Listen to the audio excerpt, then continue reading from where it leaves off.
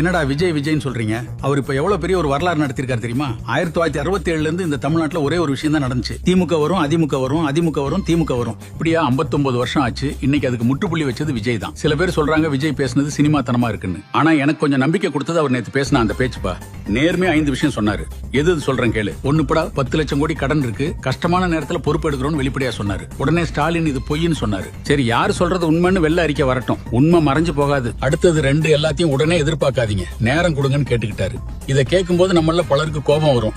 வாக்கு வாங்கிட்டு இப்ப நேரம் கேட்கறான்னு. ஆனா யோசிங்கப்பா, எத்தனை பேர் பொய்யான வாக்குறுதி கொடுத்து போயிருக்காங்க. அந்த இடத்துல இவர் உண்மையை சொன்னாரு. 3 போதை விற்பவங்களுக்கு இனி இடம் இல்ல, பொம்பளைங்களுக்கு எதிரான கொடுமைக்கு மன்னிப்பே இல்லன்னு சொன்னாப்ல. இது மட்டும் நடந்தா போதும்பா, தமிழ்நாடு மாறிடும். பாப்போம். 4 மக்களோட ஒரு பைசா பணத்தையும் தொட மாட்டேன், என்னோட ஆளுங்களும் அதை தொட விட மாட்டேன்னு சொன்னாப்ல. கொஞ்சம் சினிமா தனமா இருந்தாலும் இப்படி எந்த முதலமைச்சரும் வெளிப்படையா சொன்னதே இல்ல. 5 பேச்சோட நிறுத்தாம முதல் கையெழுத்தே 200 யூனிட் மின்சாரம் இலவசம், பொம்பளைங்களுக்கு பாதுகாப்பு பிரிவு உடனே ஆரம்பிச்சாரு. வார்த்தைக்கு மட்டும் இல்ல, செயல்லையும் காட்டுவேன்னு சொன்ன மாதிரி இருந்துச்சு. எல்லாரும் ஹீரோ மாதிரி பண்றாருன்னு சொல்றாங்க. நான் சொல்றேன் ஹீரோவாவே இருக்கட்டுமே, அதுல என்ன தப்பு? அது இவ்வளவு நாளா அவர் பண்ண தொழில். இப்படி என்ன பண்ணாலும் அதை பற்றியே தட்டி தட்டி பேசிக்கிட்டு இருக்க வேண்டியது. சொன்னதை செய்யறாரா தான் முக்கியம். அப்புறம் அடுத்த வீடியோல விஜய் சொன்ன வாக்குறுதிகள் நடக்குமா இல்ல கஷ்டமான்னு நான் சொல்றேன்ப்பா, ஃபாலோ பண்ணிக்கோங்க.